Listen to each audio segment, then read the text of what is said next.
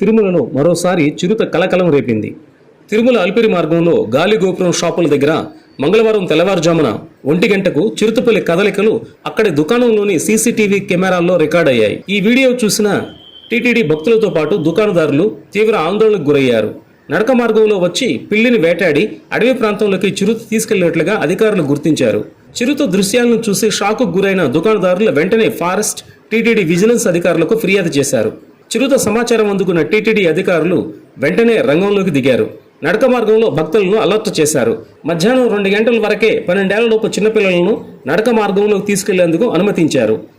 మధ్యాహ్నం అనంతరం గుంపులుగా వెళ్లాలని టీటీడీ వారు సూచించారు. ఫారెస్ట్, టీటీడీ విజిలెన్స్ అధికారులతో కట్టుదిట్టమైన చర్యలు చేపట్టారు. ఇటీవలి కాలంలో తిరుమల జనవాసాల్లోకి చిరుతల సంఘటనలు ఎక్కువగా వినిపించడంతో భక్తులు ఆందోళనకు గురవుతున్నారు.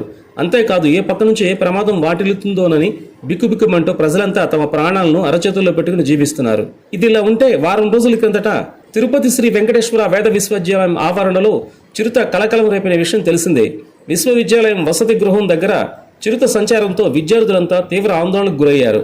అయితే ఎలాంటి ప్రమాదాలు జరగకుండా